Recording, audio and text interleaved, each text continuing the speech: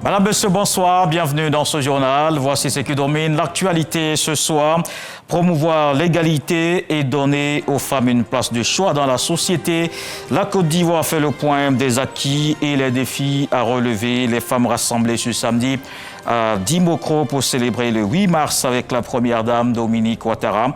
Des avancées sont notables grâce à la mise en œuvre de plusieurs politiques. Au plus tard, fin 2025, la Y4 sera opérationnelle. Il reste 2 sections entre Anyama et Sangon. L'autoroute de contournement du Grand Abidjan est destinée à améliorer la mobilité interurbaine. Le ministre de l'Équipement et de l'Entretien routier a rencontré les opérateurs en charge de la réalisation de l'ouvrage. Amédée Kofi Kouakou était sur les chantiers. Rendre le cadre de vie des populations sain, c'est tout le sens de cette dotation de l'Agence nationale de gestion des déchets. L'ANAGED a remis du matériel de salubrité à 7 communes des villes de l'intérieur du pays, un appui d'une valeur de 800 millions de francs CFA pour faciliter les opérations de nettoyage dans ces localités. Puis Berlin, Paris, Londres et Rome saluent le plan arabe pour la reconstruction de Gaza. Le plan met de facto à l'écart le Hamas et prévoit un retour de l'autorité palestinienne. Il a été rejeté par Israël et critiqué par les États-Unis. Un jour pour célébrer les droits de la femme en Côte d'Ivoire. La célébration officielle du 8 mars s'est tenue à Dimokro, région du Nzi. C'était en présence de la première dame Dominique Ouattara. C'est l'occasion de faire le point des acquis et de plancher sur les défis à relever pour l'épanouissement des femmes. Le reportage de Mahama Traoré et Ambroise Asséman au cours très certainement de cette édition. Et après la célébration, la première dame Dominique Ouattara s'est rendue au quartier d'Oulakro où se trouve le domicile familial du président de la République, Alassane Ouattara. Pour rappel, c'est dans cette localité que le chef de l'État a vu le jour en 1942. Il y a passé les premières années de son enfance. Dominique Ouattara est donc allé rendre une visite de courtoisie à sa belle famille, quelques instants de communion avant de prendre la route pour Abidjan. Et nous prenons la route pour Bouaké. Les femmes étaient aussi rassemblées pour marquer ce 8 mars 2025. Le directeur général du guichet unique automobile était aux côtés des femmes. Plus de 500 femmes sans appartenance politique, religieuse et ethnique ont reçu des présents. On en parle avec Soro Corona. Fofana Aminata, la centaine révolue en ce jour de la célébration de la Journée internationale des droits de la femme, est visitée par le directeur général du guichet unique automobile. Elle reçoit des vivres, non-vivres et du numéraire des mains de Touré Souleymane. Ce geste est répété pour une dizaine de femmes du 3e âge. À côté de ces femmes d'âge avancé, plus de 500 femmes de la commune de Bouaké sont honorées. Elles reçoivent également des kits alimentaires composés de riz, d'huile, de sucre et de lait. Merci. Parce que tout ce qu'il fait pour nous, moi j'aimerais que le Dieu Tout-Puissant, lui comme au-delà, parce qu'il a toujours fait pour les femmes. C'est un monsieur qui ne fait pas de discrimination. Il ne s'arrête pas que dans la ville de Bouaké, parce que sa main s'étend partout. Les conditions de travail et de vie de la femme ivoirienne se sont améliorées sous la gouvernance du président de la République, Alassane Ouattara. Pour Touré Souleymane, ces efforts doivent continuer. Le 8 mars, pour rappeler à nos mamans que ces droits qui sont les leurs ne seront pas galvaudés. Et que sous l'égide du président de la République, son Excellence Alassane Ouattara, nous sommes en ordre de bataille pour respecter la gente féminine, pour la responsabiliser, pour lui reconnaître tous ses droits. Le directeur général du guichet unique automobile a mis à profit la Journée internationale des droits de la femme pour mettre en mission les femmes, celle de promouvoir la paix et la cohésion sociale en cette année électorale. De Bouaké a segué la belle ambiance de célébration du 8 mars. Il y a là-bas des avancées au niveau des droits des femmes. La scolarisation de la jeune fille a atteint un taux très satisfaisant. Dans certains établissements, le taux de filles est supérieur aux garçons. La localité a 2 lycées dédiés à la jeune fille. Elles ont donc de l'ambition et s'engagent à relever les défis de la réussite. C'est un reportage de Jana Toubé. Dans la ville de Séguéla, 2 établissements dédiés aux filles. Ce sont les lycées Jeunes Filles Amel Bakayoko et Dominique Ouattara. Dans l'un comme dans l'autre, l'excellence est une tradition. Des élèves de diverses conditions, mais qui partagent les mêmes valeurs. Ces jeunes filles donnent à voir une image positive de la femme avec l'ambition de réussir. Le proviseur et la DRENA veulent que je fasse une classe de terminale C et que j'ai mon bac avec brio. Ils m'encouragent dans cette lancée parce que je suis la seule fille en première C. Pour le premier trimestre, j'ai eu 16,40 et ce trimestre-là, j'ai eu 16,07. Je veux devenir architecte parce que déjà, ce métier-là me passionne. En route pour leurs établissements respectifs ou de retour des classes, ces jeunes filles ne passent pas inaperçues. On les remarque. Elles bénéficient aujourd'hui d'un regard admiratif des populations. Ma fille, je connais sa valeur depuis la 6e jusqu'à la terminale. Elle a été majeure de promotion. Je conseille aux parents de mettre les moyens. Les moyens à la hauteur de leurs possibilités, au profit des enfants. Ces jeunes filles, il faut le dire, ce sont nos fiertés. Voilà, elles sont brillantes. Nous sommes là pour les inspirer, pour leur montrer le chemin à suivre pour qu'elles puissent briller. Entre les enseignants et les élèves de ces lycées dédiés aux filles, des rapports à divers points de vue qui permettent aux apprenantes d'être fixées sur leur objectif premier, réussir. Cette réussite qui va porter le rêve d'être demain des femmes, des actrices participant au développement socio-économique de leur pays et des femmes avec qui il faudra compter comme bien de leurs aînés et mères à qui elles veulent ressembler, mais surtout s'engager avec elles dans le combat des femmes pour la reconnaissance de leurs droits et l'égalité avec les hommes. J'aimerais être ambassadrice. Dans la diplomatie, il y a peu de femmes. Ça me pousse en fait à aller là, dans ce domaine, à exercer dans ce domaine. J'aimerais être une grande journaliste. Il y a mon père qui me soutient, ma mère également. J'aimerais vraiment exceller dans ce domaine-là pour défendre les droits des femmes. Pour la célébration de la journée du 8 mars, les lycées jeunes filles Amel Bakayoko et Dominique Ouattara se sont invités à la manifestation en solidarité avec les autres filles et femmes mobilisées à cet effet. Un moment qui compte pour stimulation, continuer à travailler dur, obtenir des bons résultats et réussir leur parcours scolaire. L'ambition des lycéennes de Séguéla, clairement affichée, voie d'accès à leurs rêves. Un jour justement pour célébrer les droits de la femme en Côte d'Ivoire, célébration officielle, nous vous le disions, de ce 8 mars qui s'est tenu à Dimokro, région d'Unzi. C'était en présence de la première dame, Dominique Ouattara. C'est l'occasion de faire le point des acquis et des défis à relever pour l'épanouissement des femmes. Le reportage de Mahama Traoré, Ambroise Assema. Tribune comble, des milliers de personnes sous des bâches aux abords de la pelouse. Le match de commémoration de la 48e journée internationale de la femme a réuni du beau monde ce samedi au stade Ambroise Samba Koné de Dimbokro. Pour l'occasion, le chef-lieu de la région du Nzi et du district des Lacs accueille la première dame Dominique Ouattara, marraine de l'événement, accompagnée du Premier ministre, des présidentes d'institutions et membres du gouvernement. L'épouse du chef de l'État vient célébrer les acquis liés à la promotion des droits des femmes en Côte d'Ivoire, au nombre desquels le FAFSI, Fonds d'appui aux femmes de Côte d'Ivoire. Ce mécanisme d'octroi de microcrédit qu'elle a initié en 2012 fait des heureuses dans la région d'Unzi. Je voulais agrandir le commerce. Je suis retourné encore auprès de la COPEC.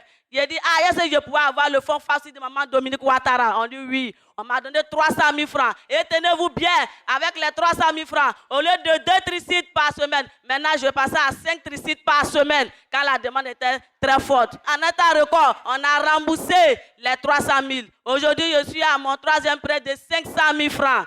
Ces témoignages suffisent à convaincre la première dame d'augmenter la dotation du FAFSI dans le Nzi. Séance tenante, il est annoncé un montant additionnel de 400 millions de francs CFA.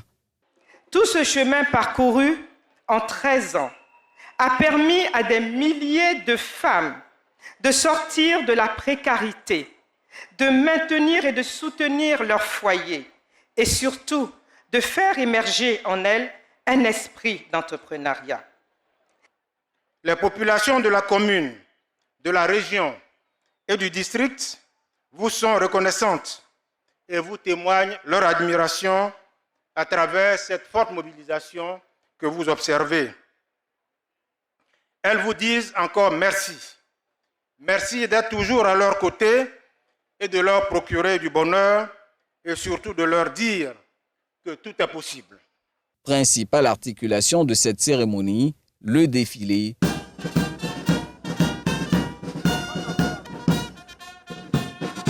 Placée sous le commandement de la première femme officier de cavalerie de Côte d'Ivoire, cette parade pédestre démontre la présence de la gente féminine dans plusieurs corps de métiers et domaines d'activité en Côte d'Ivoire, chose qui illustre les progrès que connaît le pays ces dernières années en matière des droits de femmes. Parmi ces progrès figure l'adoption des lois favorisant la représentation des femmes et leur protection contre les violences basées sur le genre.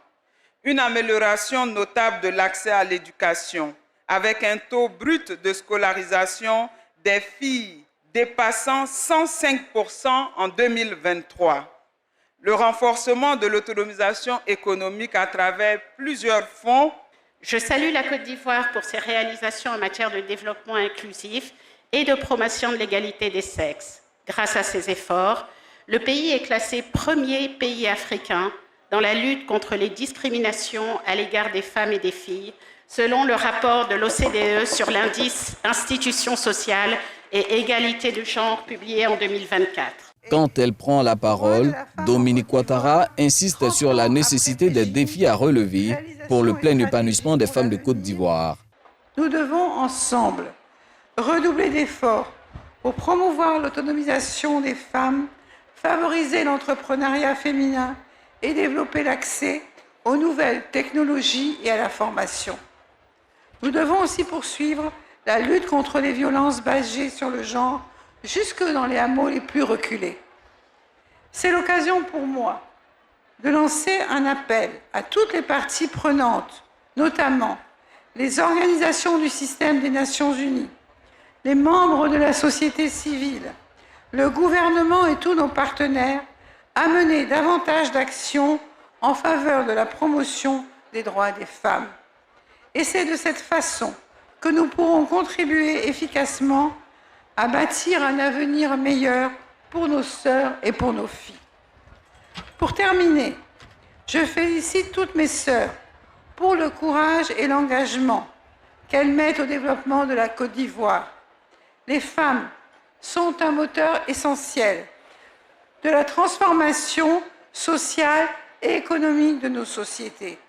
Et je suis convaincue qu'avec beaucoup de détermination, nous continuerons à avancer vers un avenir plus juste et plus équitable pour toutes. Comme pour témoigner de son affection à l'égard des femmes d'Unzi, l'épouse du chef de l'État leur a fait don de vivres et de matériel de première nécessité, dont des équipements médicaux, le tout d'une valeur de 500 millions de francs CFA. Et nous allons poursuivre avec la journée de la femme, mais nous avons juste le temps de vous présenter une grande dame, justement, qui n'a pas hésité à prendre sa plume pour défendre ses sœurs, victimes de l'excision, notamment dans le livre Rebelle. Elle nous raconte une histoire, une mamie et ses petits-enfants qui ne comprennent pas que la vie est un cycle. Ils finiront par comprendre que le visage froissé, disons les rides, sont au pied de tous, ce que l'auteur a appelé les rides du temps qui passe. Auteur prolifique, une grande figure de la littérature, prix national d'excellence 2023, Fatou Keïta est l'invité de la page culture. Elle nous parlera de cet ouvrage, Les jolies rides de Mamie, et nous allons rester dans le temps de cette célébration. Bonsoir, madame, et bienvenue ce 8 mars. Merci de Comment s'est passée cette journée chez vous? Pour moi, c'est facile, hein. Je suis écrivain, donc j'ai écrit. J'ai fait avancer les prochains titres et j'ai relu ceux que j'ai déjà donnés, bien corrigés. Voilà. Toujours le combat pour les femmes. Le combat pour les femmes, pour les enfants.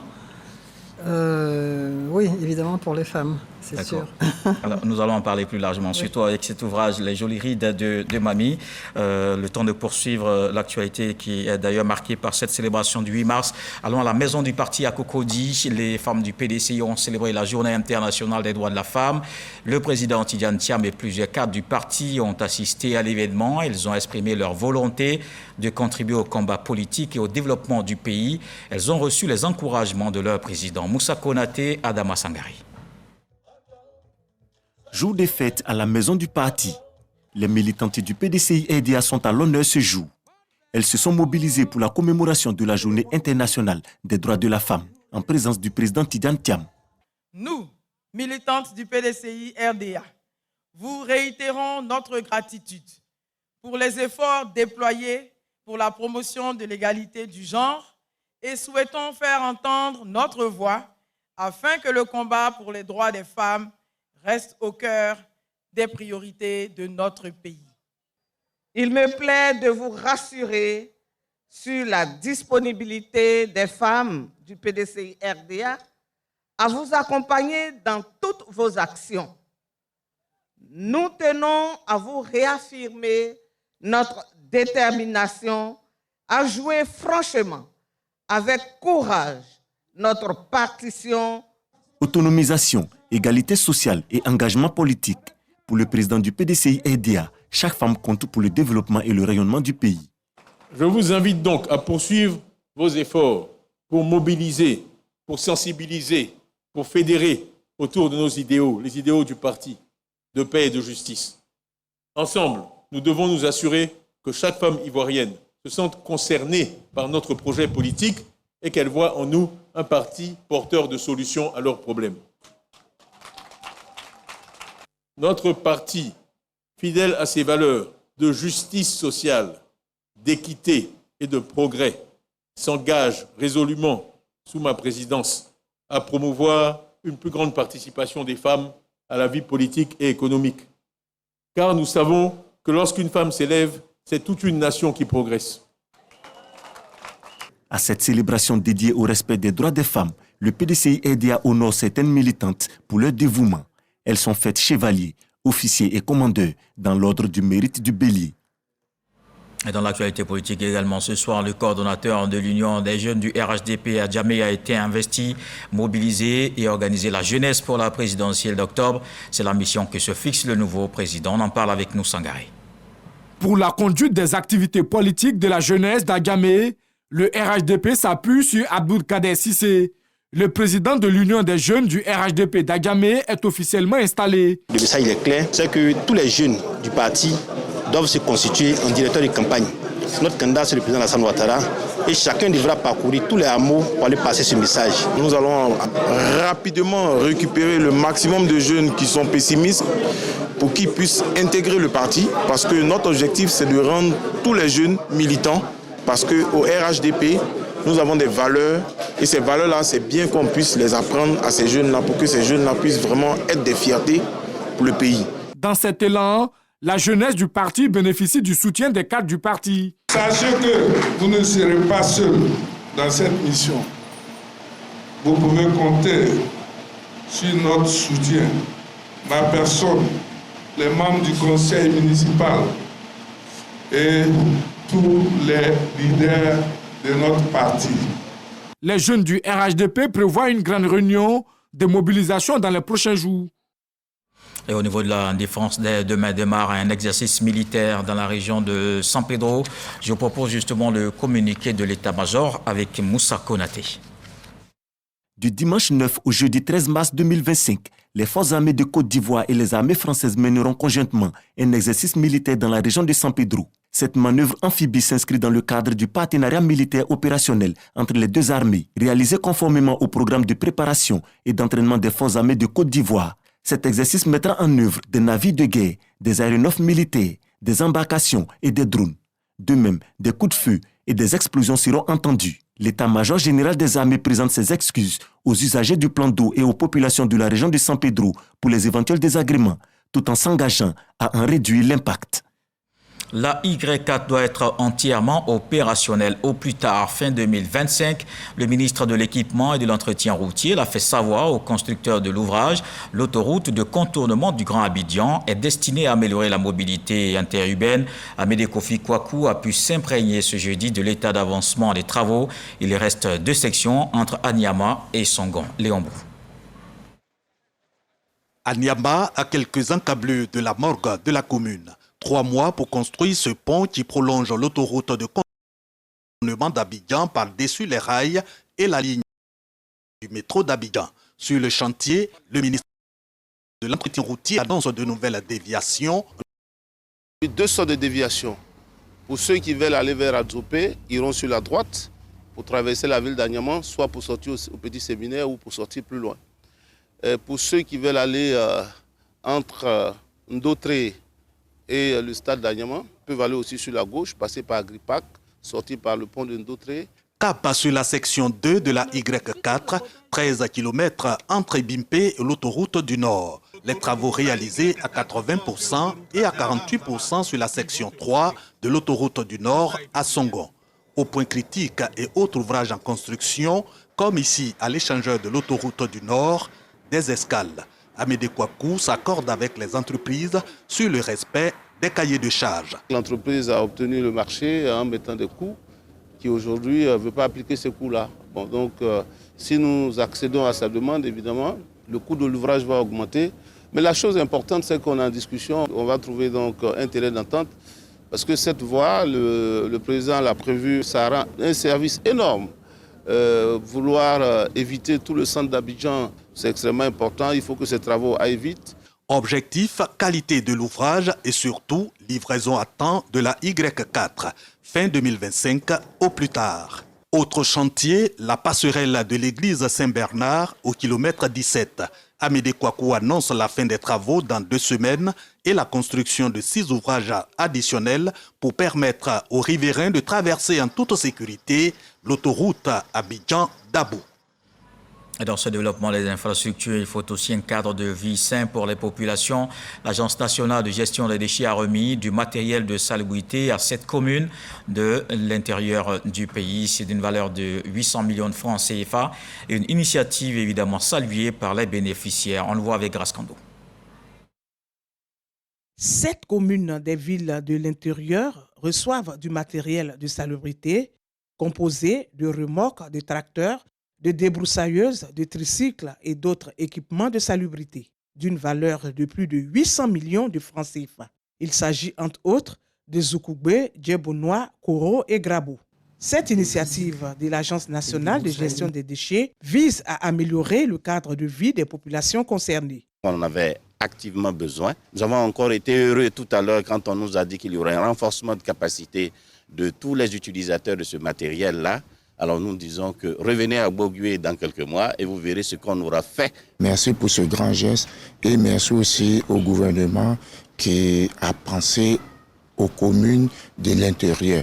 L'initiative s'inscrit dans le cadre de la mise en œuvre du programme d'appui aux collectivités lancé depuis 2013. Cette distribution a été initiée par le gouvernement de Côte d'Ivoire et qui est mis en œuvre par la NAGED. C'est un programme donc, qui vise à soutenir les communes qui ne disposent pas d'opérateurs, donc essentiellement les communes de l'intérieur du pays, en matériel de salubrité qui sont remis aux différentes communes. Sur 83 communes retenues en 2024 pour recevoir du matériel de salubrité, 72 ont été déjà équipés.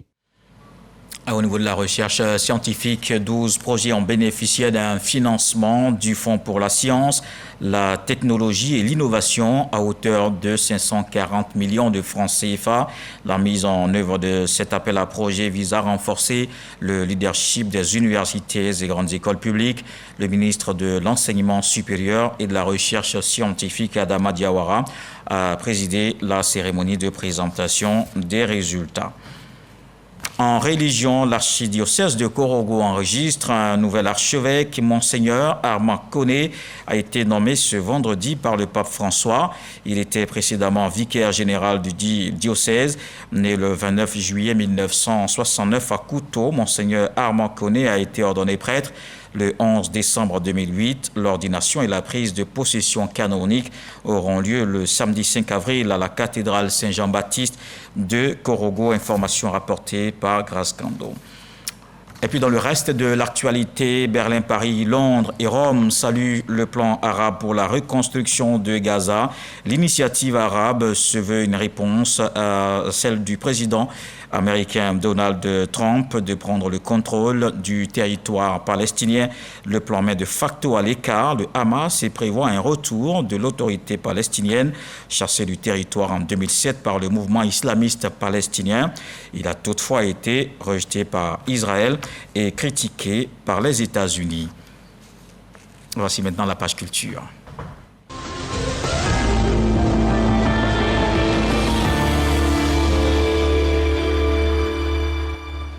Du 4 au 6 avril, rendez-vous à Yakoli Dabo pour le Didiga Festival, un événement qui prône les valeurs culturelles de la région de la Nawa, danse, art culinaire et rites traditionnels. La 6e édition lancée lors d'une conférence de presse à Midi Arasuba. Des sons, pas de danse et des chants du terroir. Un aperçu du festival Didiga, événement culturel de promotion de la région de la Nawa. Du 4 au 6 avril prochain, les regards des acteurs culturels seront tournés vers le village Yakoli Dabio dans le département de Soubri. Nous allons commencer par dépistage des grandes pathologies, diabète, tension, etc. Ensuite, maintenant, nous avons aussi des conférences parce qu'il n'y a pas que la musique ou la poésie, il y a des conférences. Nous avons connu avec le président Zadi le développement de proximité du village Yakoli, mais c'est tout un concept qui est enseigné même dans certaines universités. Et ce concept-là, que Yakoli Dabo représente et qu'on appelle Yakoli Village-École, ce concept, nous voulons le partager avec les autres villages. Pour le commissaire général, ça sera de mettre en relief les atouts culturels et touristiques des peuples de la région. Nous faisons en sorte de montrer à la population, mais surtout à la jeunesse, qu'il faut prendre racine dans sa culture pour pouvoir aller vers l'autre. Ce festival est à sa 6e édition. L'accent sera mis sur le patrimoine parolier, constitué des contes, poèmes, chants et danses de la localité. À Salfo, le commissaire général du FEMU a pris par la tenue de la 17e édition. Il s'est rendu à l'Institut national de jeunesse et des sports, à l'INJS à Makori. Il vérifie avec les partenaires les dispositions sur le site avant la grande fête qui se tiendra en avril. Ahmed Traoré. Le plan de masse général, le village des partenaires, l'hébergement et la gastronomie, la sécurité et bien d'autres. Tout est pratiquement prêt et le top départ de la 17e édition du Festival des musiques urbaines d'Anoumabo, FEMUA, est lancé. Pour cette édition, la cérémonie d'ouverture se fera exactement à l'Institut national de la jeunesse et des sports, INJS, et non dans le quartier d'Anoumabo, comme les éditions précédentes. En 17 ans d'existence, Traoré Salif, dit à Salfo, commissaire général, apporte des innovations au festival. L'originalité cette année déjà, c'est le tournoi des partenaires. Ça n'a jamais existé. On a trouvé qu'entre partenaires, on pouvait créer aussi de la cohésion. Donc voir les partenaires jouer un tournoi de foot ici à l'INJS, c'est un autre plus pour le festival parce que le volet sportif se déplaçait toujours à l'intérieur du pays. Un deuxième volet important, c'est le FEMUA Tradi, qui monte en puissance depuis l'année dernière, qui va accueillir aujourd'hui, les BT vont venir chez les ébriers, donc ça va être une autre fête. Le Festival des musiques urbaines d'Anoumabo, FEMUA, est créé depuis 2008. Il réunit d'importants artistes contemporains d'Afrique et du monde entier durant une semaine. Sont attendus pour cette 17e édition, qui se tiendra du 15 au 20 avril, des artistes de renom comme Angélique Kidjo, Caris ou Imra, la nouvelle coqueluche du rap ivoire. Et dans la commune voisine de Makori, la maison Zassa à Trècheville a accueilli le vernissage de l'artiste ivoirienne Flora Goli. Elle prépare une exposition intitulée Mvlé ou identité en langue locale. 2 semaines de vernissage consacrées à la femme africaine et aux valeurs traditionnelles. Souleymane Donisongo. Ces œuvres sont des créations de l'artiste plasticienne Flora Goli. Un avant-goût d'étoile que présentera l'artiste du 7 au 21 mars prochain à l'espace Nzassa de Trècheville. C'est là l'occasion de son vernissage intitulé Mvé ou identité en langue baoulé. Une manière d'exhorter la femme africaine à renouer avec les valeurs traditionnelles. C'est l'univers de la femme que je peins. Et donc je demande à la femme, en ce mois de mars qui est le mois de la femme, de venir voir les œuvres de l'artiste que je suis. Il y aura des ateliers, il y aura des visites des mamans, de toutes les femmes. Par la voix de son 4e adjoint, François Amicha, premier magistrat de la commune, rappelle son intérêt pour la promotion et la valorisation de la culture, d'où sa satisfaction d'accueillir l'événement. On salue l'implication qu'elle apporte à la femme dans cette exposition-là. Dans nos locaux, la maison Zassa, qui a été inaugurée il y a quelques mois de cela par le ministre François-Albert Amicha et l'ensemble du conseil municipal pour donner une contribution en sus au développement de la culture à Trècheville. Ce sont au total une vingtaine d'œuvres réalisées à base de pain tissé, qui seront exposées. Une partie des recettes et des ventes aux enchères seront reversées à une organisation caritative. Et voici, on retrouve l'invité de la page culture, Fatou Keïta, qui est auteur de cet ouvrage, Les jolies rides de Mamie. Justement, pourquoi avoir décidé d'écrire Les jolies rides de Mamie? Peut-être parce que vous en avez? Oui, tout à fait. Alors, je fête justement les gens de mon âge qui commencent à avoir des rides. C'est comme ça, c'est la vie, il faut accepter. Et il faut expliquer aux enfants pourquoi on a des rides, pourquoi on vieillit, pourquoi après on s'en va, etc. C'est la vie, c'est comme ça. Oui, c'est ce cycle de vie que parfois les enfants ne comprennent pas. C'est le cas de Afoué Oui. dans cet ouvrage qui, dès qu'elle voit Mamie, est étonnée. Oui. À peine 1 an qu'elle ne l'a pas vue, mais elle se rend compte qu'il y a eu beaucoup de froissés sur le visage, a-t-elle dit. Exactement.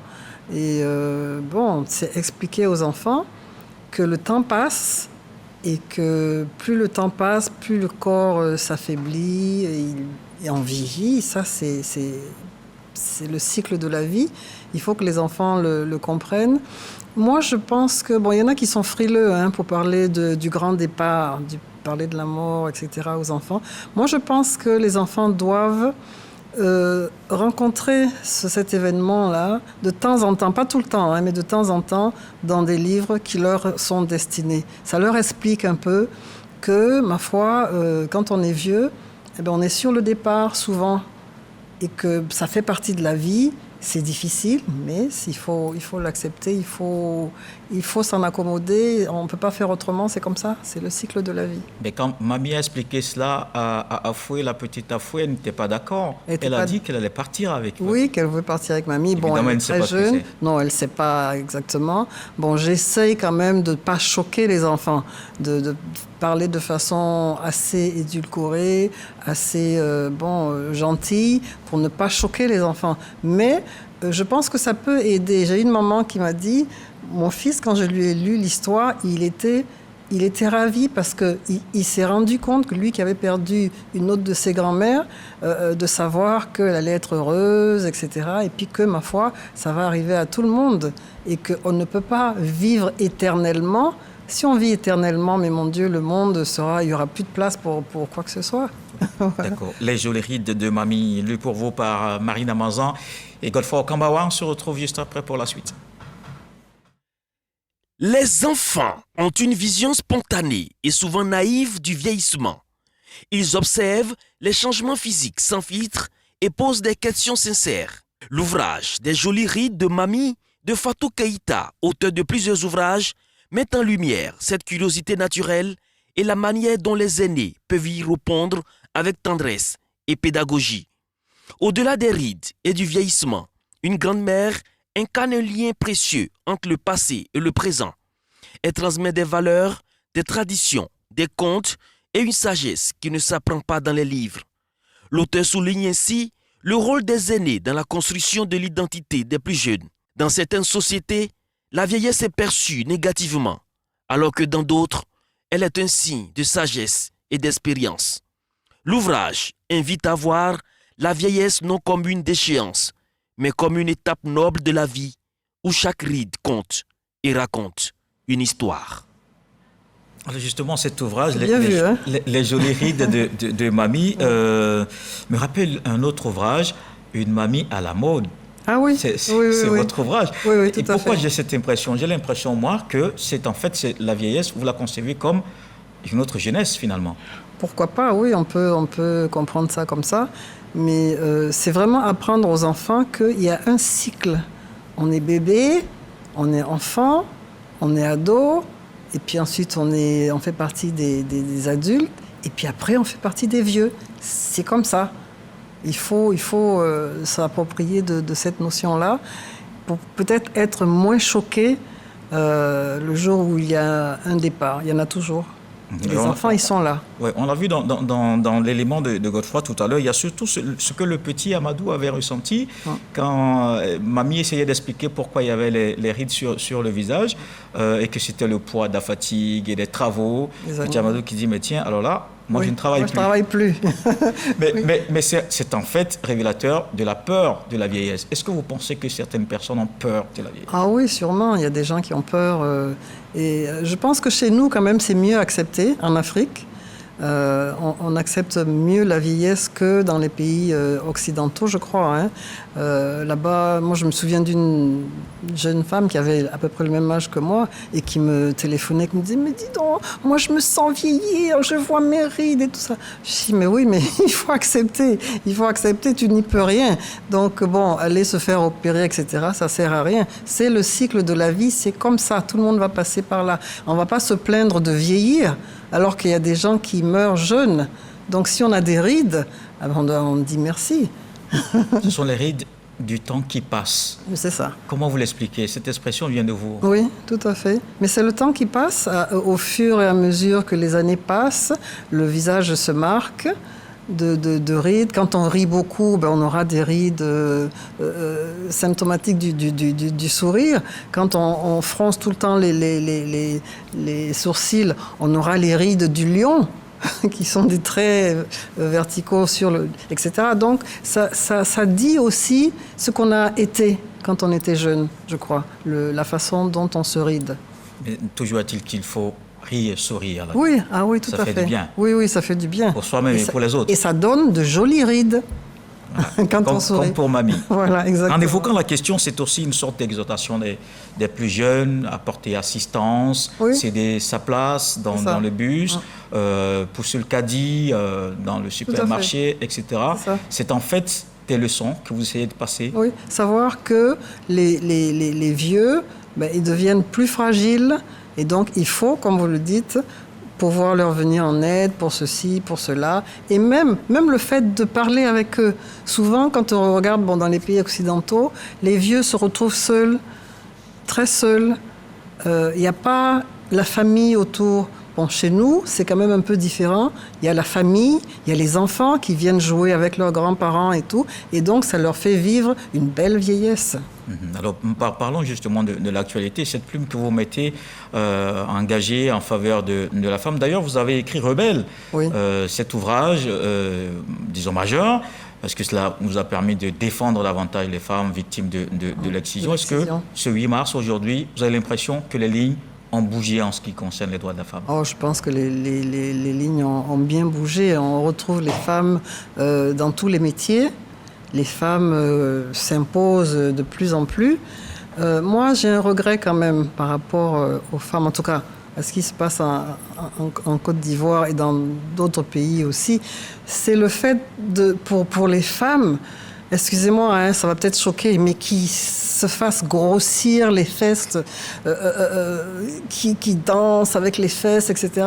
Qui ne veulent pas de jolies rides de mamie. Oui, mais je trouve que ça dégrade le corps de la femme, ça dégrade la femme. Pourquoi s'exposer comme ça? Pourquoi ces grosses fesses? Pourquoi je ne comprends pas. Ça va en choquer, mais je suis très contente que ça les choque. Il faut qu'on change, qu'on accepte ce que Dieu nous a donné. Nous sommes belles telles que nous sommes. On n'a pas besoin de rajouter de la chair et tout. Pourquoi? C'est en fait cette réaffirmation de l'identité, surtout s'assumer. Oui, c'est peut-être dans un ouvrage que vous allez le dire mieux. Certainement. Très bientôt. Corriger ça et puis montrer que ça ne grandit pas la femme. De se transformer de cette manière de façon artificielle et puis de devenir énorme comme un hippopotame. Non, moi, je ne suis pas d'accord. D'accord. Alors, l'une des leçons qu'il faut retenir aussi de cet ouvrage, Les jolies rides de mamie, c'est cette connexion, cette plaisanterie qu'il y a entre petits-enfants et mamie. Et tout de suite, Afoué l'a commencé dès qu'elle a vu sa mamie. C'est en fait historique. C'est sociologique. Tout à fait. Je veux dire, chez les Malinqués, en tout cas, il y a cette espèce de jeu, de rivalité. Une petite fille qui naît, tout de suite, pour la mamie, c'est sa rivale. Oui. Donc, il y a ce petit jeu-là.